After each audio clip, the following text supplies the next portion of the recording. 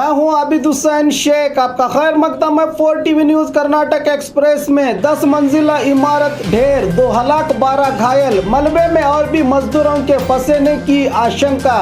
Bengaluru Yesvantpur APMC yard के पास बन रही 10 मंजिला इमारत का स्लैब अचानक ढह जाने से बिहार मूल के राकेश और राहुल हलाक हुए हैं और पश्चिम बंगाल के 12 मजदूर घायल, जिसमें 2 की हालत नाजुक बताई जा रही है। इमारत के मलबे में और भी मजदूरों के फंसे होने की आशंका के कारण बचाव कार्य जारी। ये घटना आज सुबह 4:30 बजे घटी है। एपीएमसी यार्ड पुलिस इमारत के इंजीनियर्स को हिरासत में लेकर जांच कर रही है।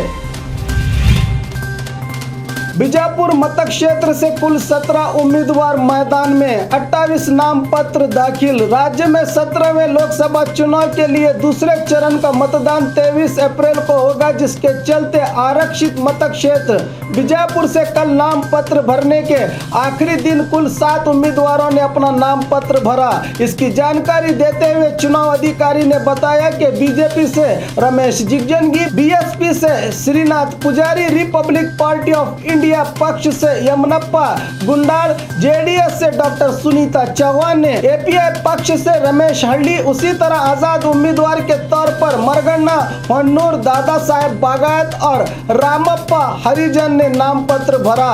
बीजापुर से कुल 17 उम्मीदवारों ने 28 नाम पत्र भरे हैं।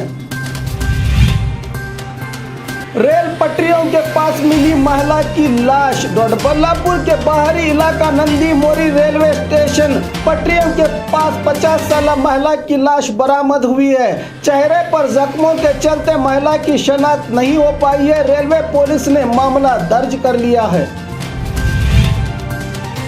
बीजेपी की रैली में जेब कतरा गिरफ्तार। बेलगाम मतक क्षेत्र के बीजेपी उम्मीदवार सुरेश अंगड़ी ने कल नाम पत्र भरा, जिसमें बीजेपी नायक, कार्यकर्ता और हजारों अभिमानी बड़ी संख्या में शामिल रहे। इसी भीड़ का फायदा उठाते हुए एक जेब कतरे ने अपने हुनर का कमाल दिखाते हुए 2 बीजेपी कार्यकर्ता और एक जेडपी मेंबर की जेबें काट ली, तो लोगों ने इसको पकड़कर पुलिस के हवाले कर दिया।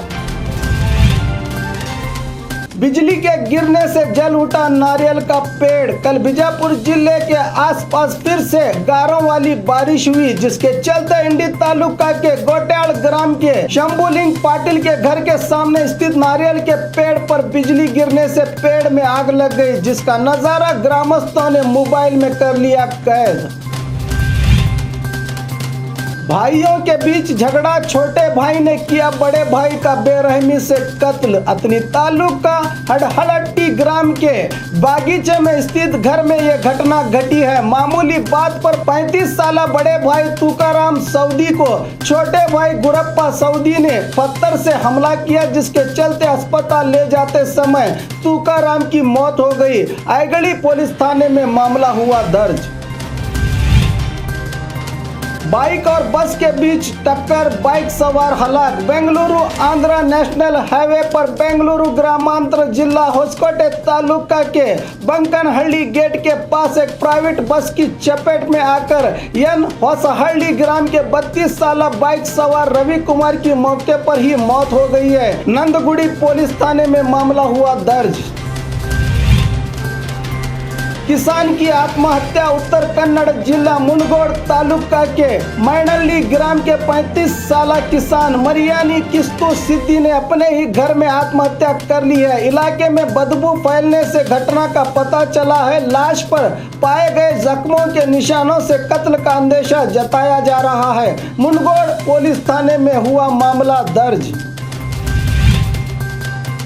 केएसआरटीसी की 2 बसों के बीच जोरदार टक्कर, 1 हलाक 35 घायल। कलबुर्गी जिला सेडम तालुका के कालनूर ग्राम के पास घत्तरगी चितापुर चिंचोली कलबुर्गी रोड पर यह हादसा पेश आया है। घायलों को कलबुर्गी जिला अस्पताल में भर्ती किया गया है। कलबुर्गी ट्रैफिक पुलिस थाने में मामला हुआ दर्ज।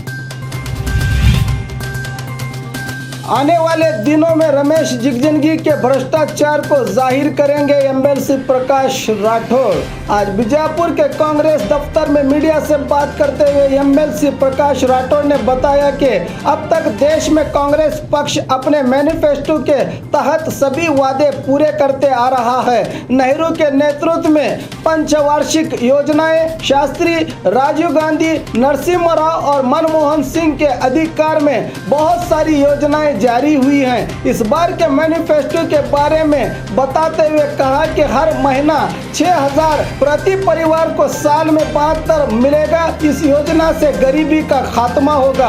बीजेपी की तरह झूठे वादे कांग्रेस नहीं करती। आने वाले दिनों में रमेश जिगजिणगी के भ्रष्टाचार को दाखिलों समेत जाहिर करने की बात कही प्रकाश राठौड़ ने।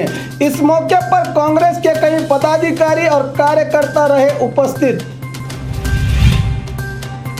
और खबरों के लिए देखते रहिए 4 टीवी न्यूज़ कर्नाटक एक्सप्रेस।